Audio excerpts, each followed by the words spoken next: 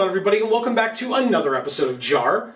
JaAR, for those of you that may be new, stands for Joe and Amy Review. And this is our weekly show where we review the Magic stories. And this week we are back with a continuation of our review of Kamigawa Neon Dynasty, the main stories, with episode 4, The Break-In, by Akemi Dawn Bowman. Now, I mentioned it's our weekly show. This will be twice weekly now because the Streets of New Capenna stories are coming up very soon. We've talked about it before. I don't really want to get into it because it makes me angry that they just decided that this is how they're going to be releasing these things. But we got a little bit of a heads up, which I appreciate.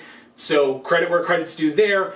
So we're going to do our best to have these videos come out Monday, Thursday-ish, maybe Monday, Friday or so that we can get through these stories, so that we can give them the time that they deserve, and then get to the Streets of New Capenna stories before, like, Dominaria comes out. So, anyway. Are we going back to Dominaria? Yeah, Dominaria United and then the Brothers War, remember? Oh, well, I those are the remember last the two sets Brothers this War year. Thing, but...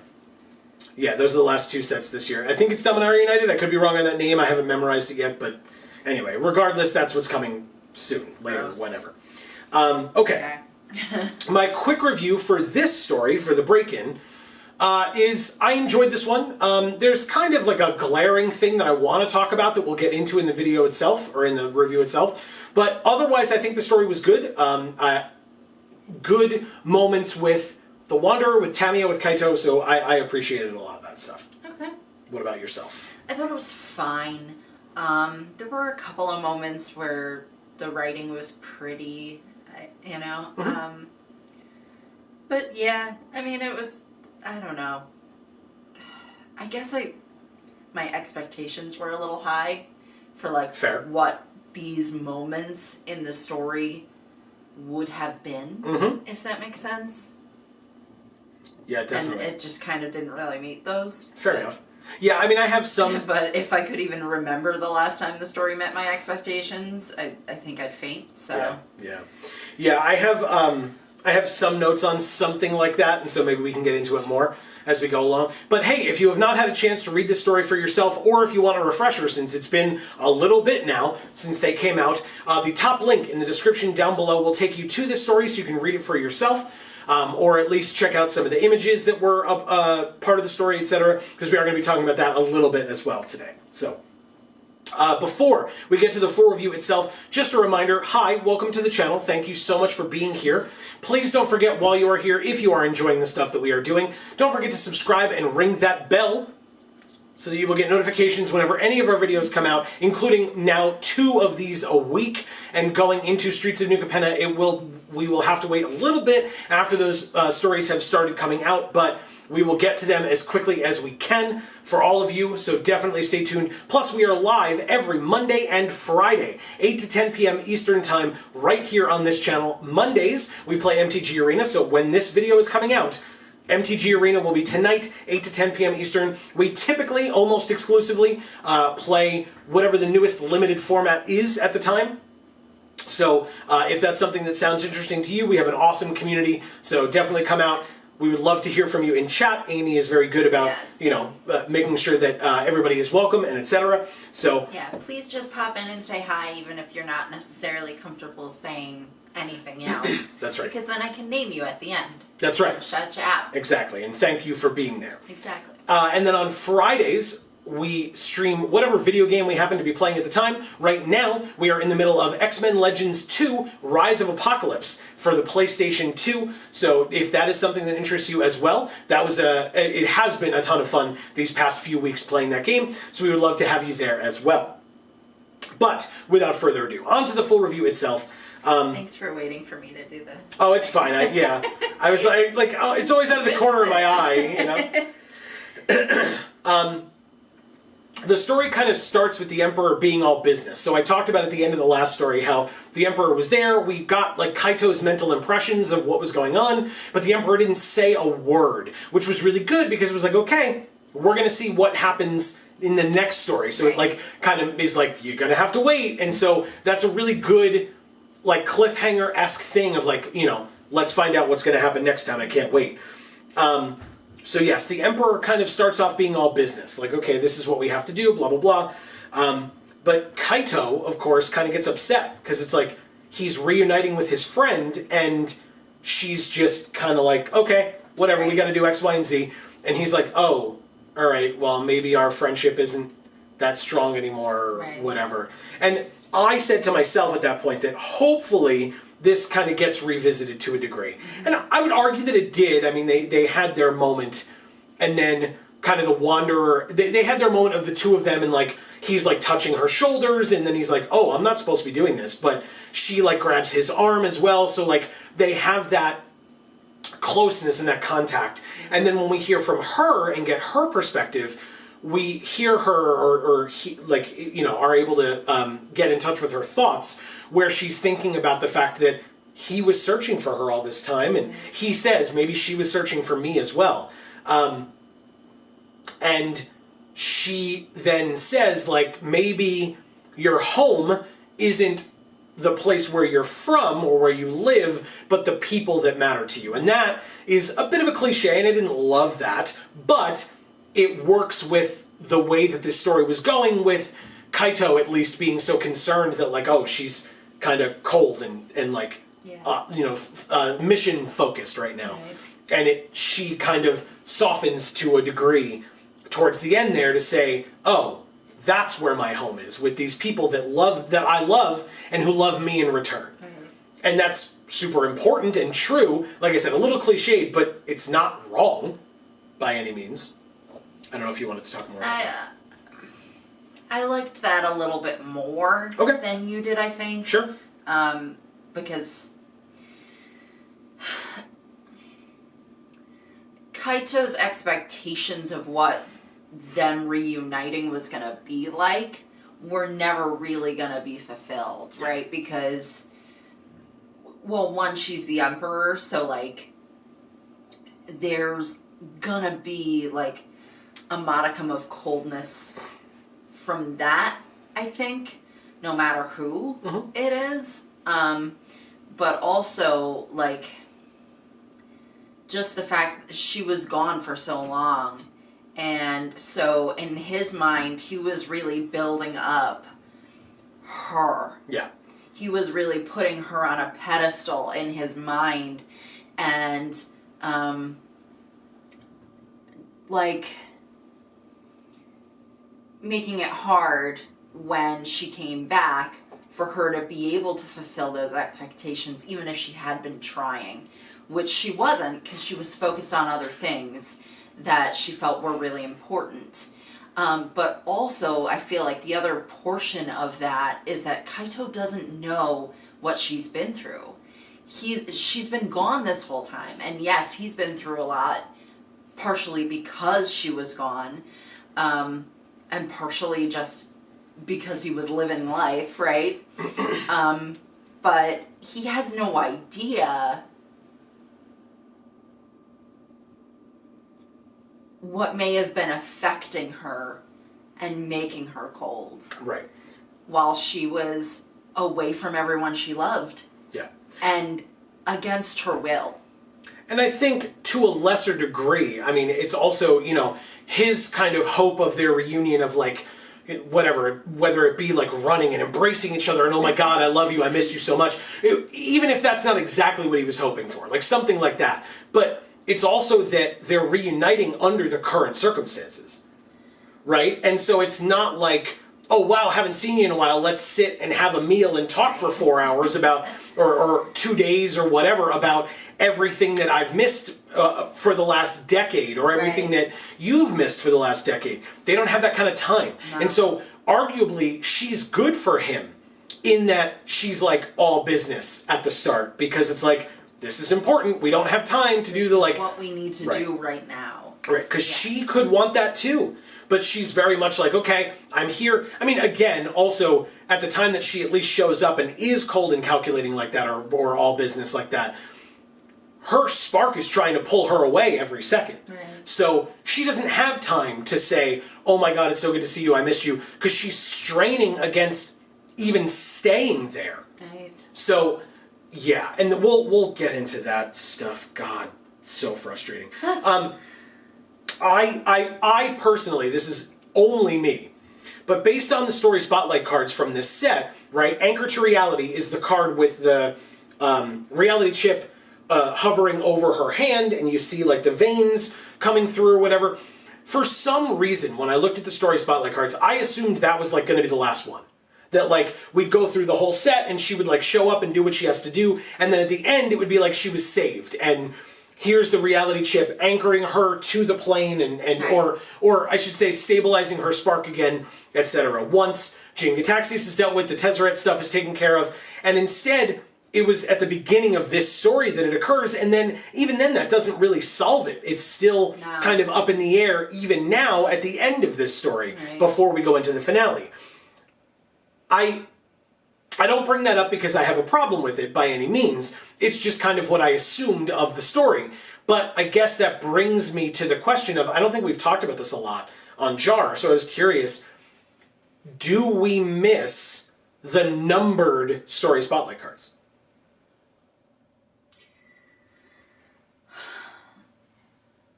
I think what we miss is the story spotlight cards actually. We'll get to that.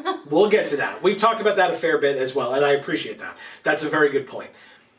For people who are unaware for whatever reason, if you're joining us only recently in the stories, the story spotlight cards used to be, first of all, they used to not exist at all. Let's do that. Right. And then when they started making them, they made them as story spotlight 1 of 5, 2 of 5, 3, 4, 5 of 5. And so you would know how many there are total, and you would know in what order the story spotlight cards would occur. And so it's like that game that kids play, right? Of like, here are these 5 images, put them in order and tell a story, right? Yeah. And they would tell you what the order was so that you knew, okay, this person dies before this person goes on a rampage, presumably because they're upset that this person died, right? Mm-hmm. That's not an actual example necessarily, but gives you a general idea of like, right, like A happens and then B happens, or A happens, then B, C, and then D happens. Like, it's whatever that order happens to be, but it used to list that order for you. Now the cynic in me, or at least somebody who's very frustrated by all of these complications and issues, my head goes to, it's because R&D and the story team aren't talking to each other anymore. Right. It just 100% feels that way, and until I know any different, until I'm seeing anything different, that's where my head immediately goes to, because it's so frustrating. And we're still going to talk about it a little bit later in this story, or in this review, but that's where my head goes, is that they're not talking to each other anymore, so they don't know when they're making the card what number in the story it is. They just know these are the points that have to be hit, they'll get hit eventually, we don't know when, so we're not giving them numbers. Because what the hell else is the purpose of it? Why would you not want people to know the order that the story is in unless you don't know the order that the story is in? It's almost like... And so that's why the card arts as well, sometimes for the story spotlight cards, just straight up don't match up. It's almost 1%, if not actually 1%, in the last like year and a half to 2 years. So, for example, I guess let's just talk about it now, because I keep saying we'll talk about it. Let's talk about it now. The art for Spell Pierce, right? Tamio and Kaito end up infiltrating Tameshi's hideaway, if you want to call it that, or the lab or whatever. And so the two of them end up infiltrating. Tezzeret is there and confronts them, and then Jin Gataxias comes out and is there as well. Kaito and Tamio, I'm trying to get all these names straight, sorry. Kaito and Tamio fight Tezzeret to a degree. It's not really a fight. It's like, we'll throw things at you, you'll stop it, send it back at us, and almost kill us in the process, and capture us. Notice what I didn't bring up there in terms of fighting. Jin Gataxias. Right. Jin Gataxias is present and kind of mentions his plans of like, we need planeswalkers, we don't need Kami. But that's just words. He just says those things and then moves on. And he doesn't in any kind of way explain why or Not for yet. what purpose. Not yet. And I think that I think is on purpose, and I'm somewhat okay with that because I get. But I feel like nobody asked. Nobody was like, "Oh, hey, you made this statement." I don't think they had time. Elaborate on that. Yeah. I don't think they had time, but I get you. It was almost like it was two separate things, though. Like it did. Like, he was there and he was saying those things, but it was like nobody listened, nobody cared. Yeah, nobody reacted in any meaningful way. Okay. Yeah, but the Spell Pierce art, which is a story spotlight card, shows Jin Gataxias breaking through a bubble that he is contained in of, like, blue magic. And Tamiyo and Kaito are, like, being thrown backwards or jumping away or to the side or whatever. That never happened. There's no blue bubble of energy. There's no fighting of Jin Gataxias in any capacity. It's all Tezzeret that they're fighting. And even then, there's no shield. There's nothing that Tezzeret breaks through. It's just Kaito throws his throwing star or, star blade things that are his sword, breaks them apart, throws them at Tezzeret. Tezzeret stops them, throws them back, and holds them up against, like, Kaito's throat, and Tamiyo gets wrapped up in metal, which I assumed was Tezzeret. I guess, arguably, if that is Jin Gataxias, then maybe that is Jin Gataxias fighting in some capacity. Kind of. But there's no blue bubble, there's no breaking through of a blue bubble, and if there were, Tamiyo would be encased in metal at that point, and not falling to the side with scrolls falling out of her bag. It's close, maybe, but it's also not at all close. So, okay, I guess. We also talked in this story already about the fact that, and not in this story, in the Kamigawa Neon Dynasty stories, we talked about the fact that the story spotlight card art of Kaito's pursuit, or whatever it is, chasing Tezzeret over the rooftops, that art was never shown in the story, despite the fact that that story beat was already told. And they reiterated it in this story and still didn't show you that art. Yeah. So, okay, I guess. But again, until I'm shown otherwise in any capacity, as far as I'm concerned, R&D and the story team just do not talk to each other anymore. They don't. It's very frustrating. And I should say R&D, I don't want to misidentify, because there's also the art team, right? The art directors and the artists and etc., who are being told what to do for these arts. So maybe I'm wrong and misattributing it to R&D, and if so, I apologize. But somebody isn't talking to somebody who all work in the same building. Like, what the problem is that they should be asking authors to come and write these stories in the preliminary stages of them working on these sets. Yeah. Instead of at the last minute. Yeah. Because at the last minute, now they're just trying to make all the pieces fit together, and they can't. Yeah. If they actually work together from the beginning, then the stories can all be written and released whenever it actually makes sense for them to be released. Mm-hmm. Yeah. And then the stories will actually coincide correctly with the cards and the arts and the flavor text and every other aspect of what it meant to make a set. Mm-hmm. They just don't want to have the writers write the stories that far in advance. Right. And I don't understand why. I think it's because they're always walking on eggshells because they're afraid of saying the wrong things in the stories. Again. Well, you fired the guy who is very clearly problematic, and you're bringing in other people who are possibly clearly not problematic. Right, and who maybe don't care about that as much. And who truly, at least from what I can tell, and kind of mostly with their introductions that they gave for themselves before Kaldheim, they're people that seem to truly care about the stories. Yeah. You know, they're the new like in-house story team. And okay, so they actually have an in-house one now. I mean, again, they're not the authors, but they're the ones who are informing the authors. Again, at least from what we were told before Kaldheim, I have heard, I don't want to say we collectively, I have heard neither hide nor hair from any of them since then. Yeah. But, except, I guess, maybe the like Planeswalkers guides that we've read, because that's like multiple people that they mentioned who wrote those. So I guess that might be the story team, that they're just compiling that information and putting it into text form.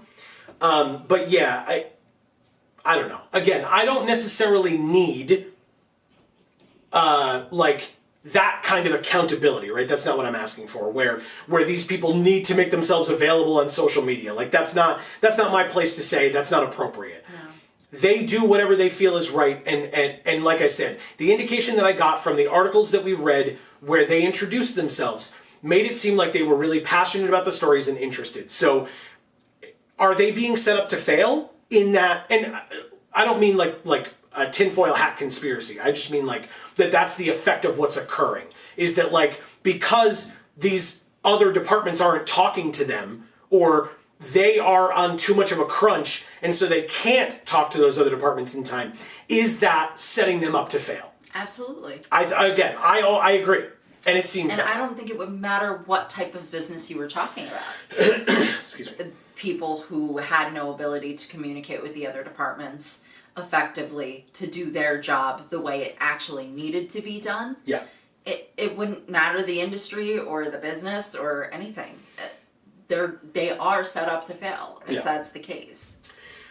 So let's get into some of the positive things, and then I have, like I said, I have a big thing I want to talk about here that is going to go way deep into the weeds, really go into that Vorthos Pride mode, I think, because, my God, it's going to be a lot. Okay, so first of all, I was a little disappointed, I think, right? We get these kami that we see they're like drained of life or unconscious or whatever, or just straight up dead, and then Jin Gataxias shows up and, like we were talking about, says, it's not we didn't need the kami, or Jin Gataxias and Tezzeret show up. We don't need the kami, we need planeswalkers. And yes, we don't know why yet, we will find out eventually, but the thing that frustrated me was it was like, ugh, again? Like, I get that they are your driving force for your stories, and they are going to be the connecting thread between all these planes. Right. Because there aren't kami like that on any other plane, but... And it's not like they're going to start dragging them to the other planes either, because that wouldn't make sense. Right, but it could have been something else. The last big fight that you had with War of the Spark was about planeswalkers. Now, I don't know what it is, so my initial reaction was, ew, again, we will wait and see. Hopefully it is not just, I want to gather all their sparks together, or I want to kill them all, because that's essentially, in effect, what that was, right? Domri's dead because Bolas grabbed his spark.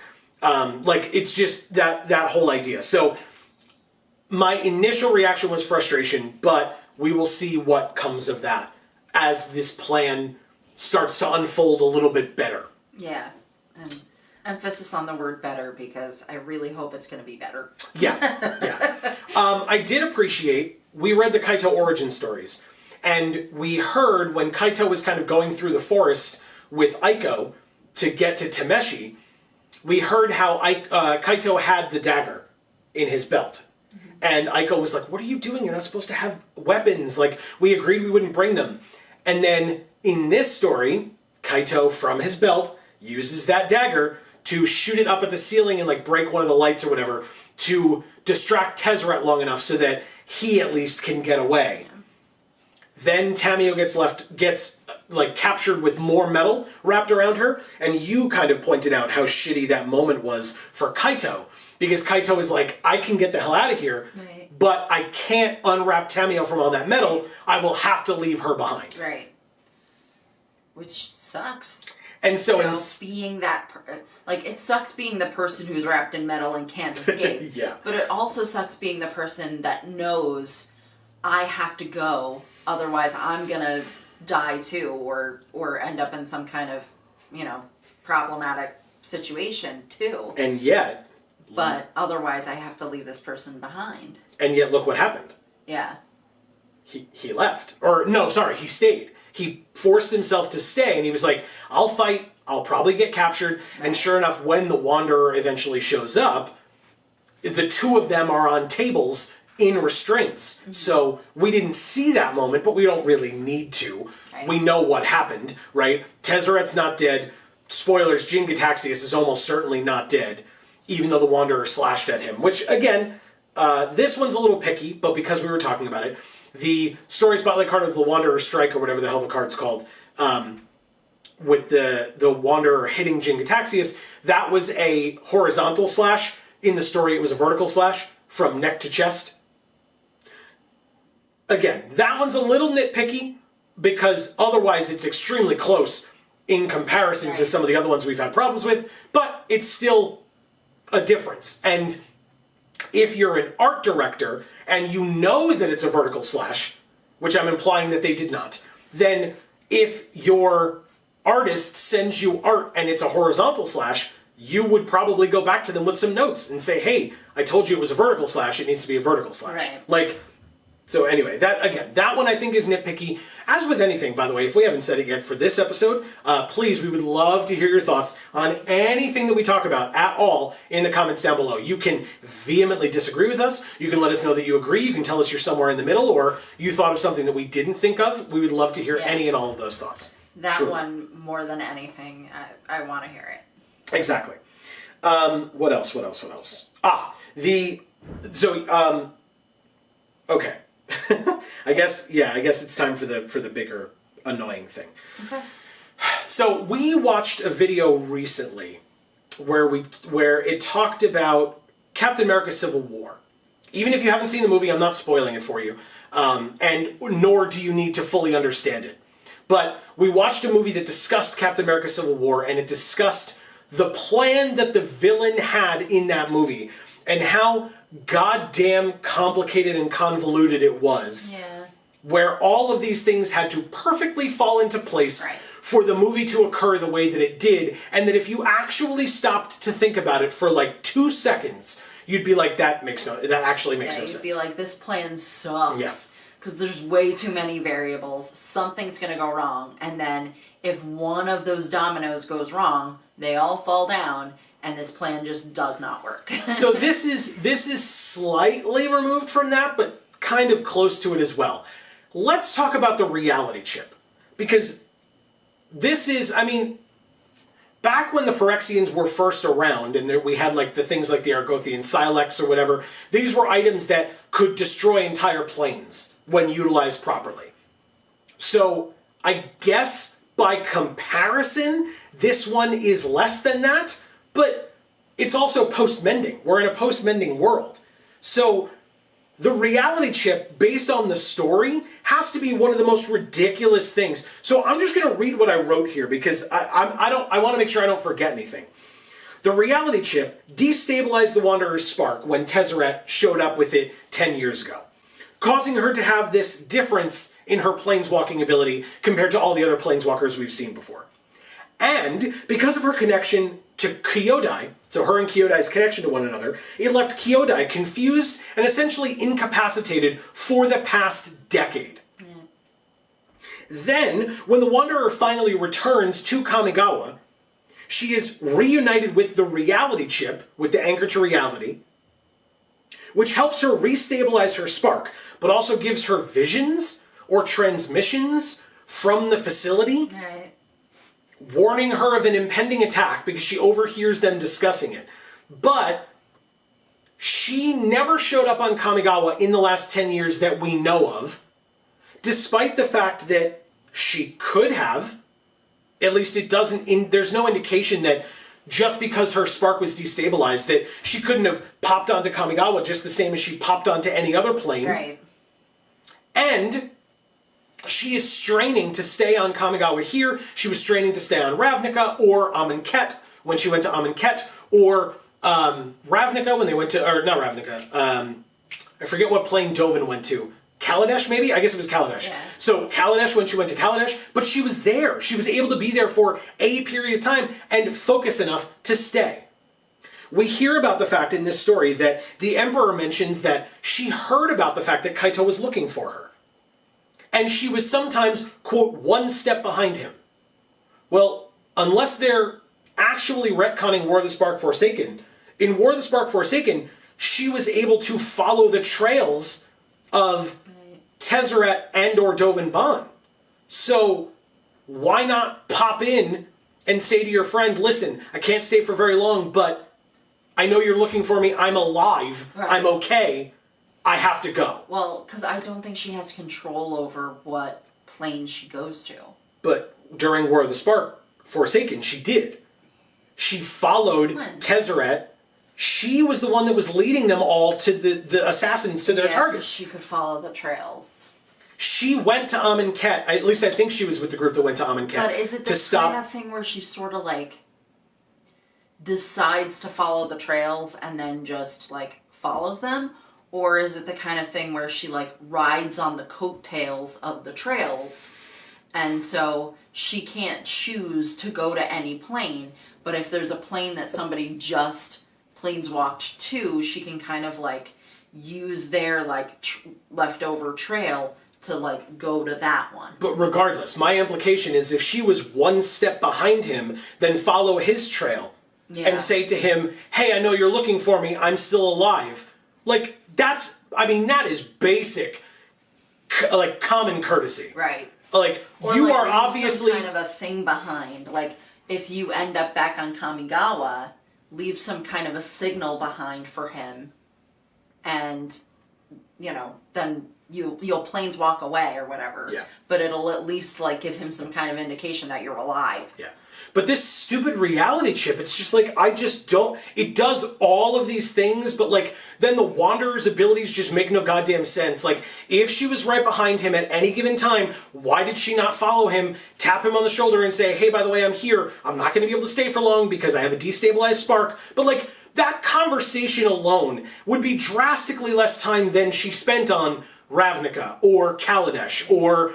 anywhere else that she went when she went with Ral Zarek, right? To confront Tezzeret. Right. She was there for a while too. Like, it just, again, unless they're truly retconning Forsaken with this story, this one story, it just doesn't make any sense to me. Like, I think they just retcon everything they do because, like you said before, there's no communication from department to department, and there's no cohesion. Even though they start some things way ahead of time, other things don't get done until way later.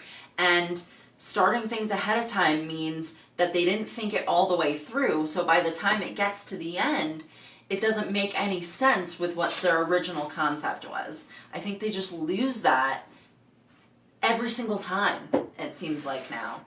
Also, one other thing I wanted to point out that about the Wanderer and or Planeswalking in general, that this one I'm not fully clear on. Have we ever before seen a planeswalker planeswalk just to another area on the same plane?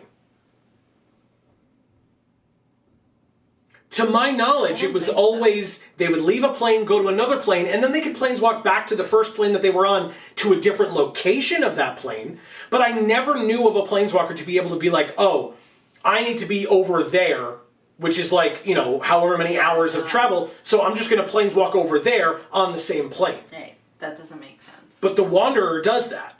Is that the nature of her destabilized spark? But she also has the reality chip, so like, is she not destabilized anymore? Like, and again, the reality chip giving her, like, visions, but was it a vision? Was it a transmission? Like, was it like a two-way radio now that it's in her? Because it's not a I don't know. I just don't understand how it's a vision. Because can she turn it on and off at will? Or is she just constantly receiving whatever's happening in that room? Like, because they say when Kaito and Tamio are there, and they kind of get captured or whatever, the next scene we see is the Wanderer jolting awake, like her eyes popping open, because she just seemingly saw all of that stuff. Right. But does that mean that she saw all that stuff all along? Or was it just that? Like, it boggles my mind. I just don't understand how this works, and they're talking about it like it makes perfect sense, because if the Planeswalkers didn't understand it, then it would make more sense to me that we don't either. Right. But Tamio explains what's going on. The Wanderer explains what's going on. And, like, to them it makes sense, it seems. It doesn't to me. I cannot fathom how the reality chip is doing any of this at all.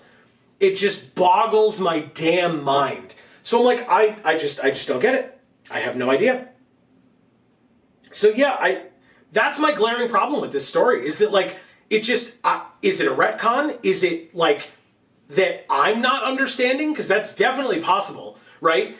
I guess some of you might have to write a novel in the comment section if you understand, and I don't. But, like, is the reality chip an Argothian Silex type of an item where it's going to be the big thing that helps out against the Phyrexians, or that the Phyrexians and Tezzeret are seeking out for that very obvious reason? Like, I have no idea. Or is it just like... Yeah, it seemed very convenient.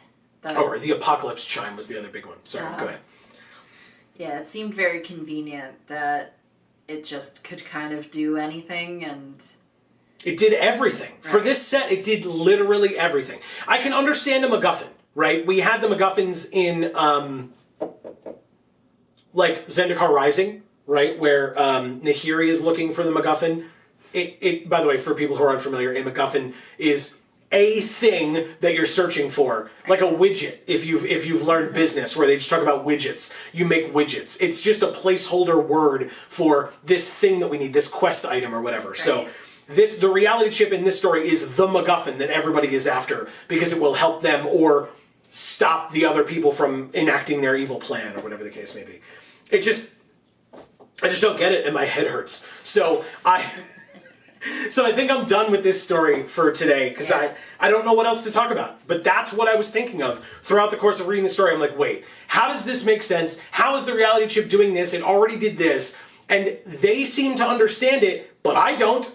Could you clue me in a little? So, I don't know. And again, I guess if it is like Jin Gitaxias' plan, where they are purposefully leaving it vague, then I guess that makes sense. But all the Planeswalkers seem to understand it, and we don't. Whereas with Jin Gitaxias' plan, he and Tezzeret seem to understand it, but Kaito doesn't, Tamio doesn't, the Wanderer likely doesn't. And so that to me makes sense that we don't understand it. Yeah. Because the good guys don't understand it either. So the bad guy's plan isn't fully revealed yet, and it will be eventually, like, we'll figure it out at some point. But with this thing about the reality chip and the Wanderer's abilities or whatever, it just frustrates the crap out of me. So any and all insights that you might have that could help me out, if they're guesses, let me know that they're guesses. I don't mind guesses. But if you know and you know why, let me know, because I just can't. I don't understand it at all. And if the answer is the next story explains it all, you can just say that too, and we'll wait till next week. Or I should say till Thursday or Friday. So definitely stay tuned to the channel for that. Like I said, don't forget to subscribe and ring that bell so that you will get those notifications. We also have other channels linked down in the description box below, and this is kind of important. We just finished our playthrough of Detroit Become Human. Yes. Over on Video Games for All. So Video Games for All, Gluten Free for All, linked down in the description box below. The little bubbles will be popping up here on the screen as well at the end of the video. So don't forget to subscribe there. And this Tuesday, the day after this video comes out, is the gameplay finale. There's a bonus episode next week, don't worry about it. The gameplay finale of Pokemon Silver. Amy's blind playthrough of Pokemon Silver. For those of you familiar with the game, Amy versus Red is tomorrow. It comes out tomorrow on the day that this video comes out. So be aware that that is coming, and definitely stay tuned for that. We have 2 big series ending around the same time. So definitely stay tuned for those. Don't forget to subscribe and ring the bell on Video Games for All, on Gluten Free for All down there as well. Thank you all so very much for being here. We really hope that you enjoyed. Yes, Gluten Free for All's video this month is going to be me making pizza. That's right. And if you check it out. If you've been watching our streams, specifically our Monday streams, you would have known that already. But yes. Because it was a suggestion from the chat in our streams. Precisely. And so you never know. The conversations that you might have with us on stream could lead to content, etc. Exactly. Giving us your opinions. We always are happy to hear them. It is no guarantee or promise that we will do whatever it is that you suggest, but if it is something that people want, it's good to know that it is something that people want, and we can kind of file that away and try to make plans going forward. So thank you, like I said, thank you so much for being here. We would love to hear from you in the comments down below. Trying to, I think, that instead of just giving up and being like, this makes no sense, I don't understand it at all, why am I bothering? I think taking the time to try to figure it out and talk it out in that way, and asking all of you for help or having you all commiserate with us and be like, nope, it truly doesn't make any sense. I think that's still a very good way for you to join us as we show off our... Hashtag Vorthos Pride. That's right. I told you it was coming, and it was. It was a weird one today. I won't deny that. But thank you for being here. Thank you for any and all support that you are willing to give. Subbing and ringing the bell obviously helps us out. Fully free, by the way, if that was even a question. But that helps us out, but it also helps you out. If you want to help us out as well, liking and sharing, immensely helpful. If you liked the video, like it. And if you know of other people who would like the video as well, share it with them. We would really appreciate it. And so, for now, from us here at the Geek for All family of channels, I have been Joe. And I'm Amy. And as we always say, in whichever video of ours you watch next, we will see you all next time. Thanks, everybody.